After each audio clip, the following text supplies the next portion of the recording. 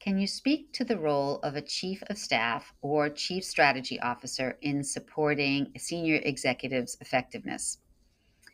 So, when you transition from middle management to senior level leadership, one of the big transitions is to go from that vertical alignment with your area of the organization.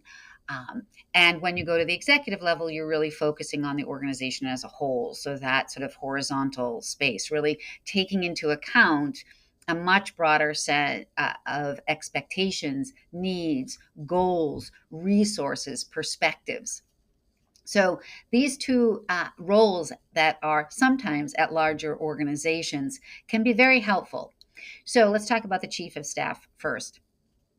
A chief of staff often has the CEO or president's um, uh, back, if you will. They have a close connection. They often know, both formally and informally, what the CEO wants, what the CEO is thinking, and can supplement the new senior executives knowledge and experience that new senior leader will gain in direct relationship with the CEO. The chief of staff can provide more insight, more context, more of the informal understanding of the CEO's perspective. So I think chief of staff can do that well. I think chief of staff can also help with building the relationships and understanding with the new senior executives, new peers, right? Who are these folks? Helping to facilitate good new growing relationships in that space.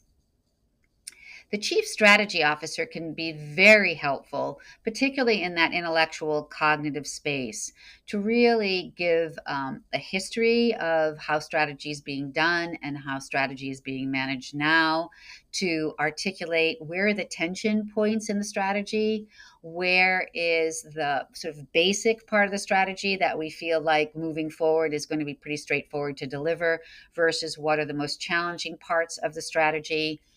The strategy person can talk probably a little bit more objectively about the role that each part of the organization needs to play in order to help the achievement of the strategy be successful.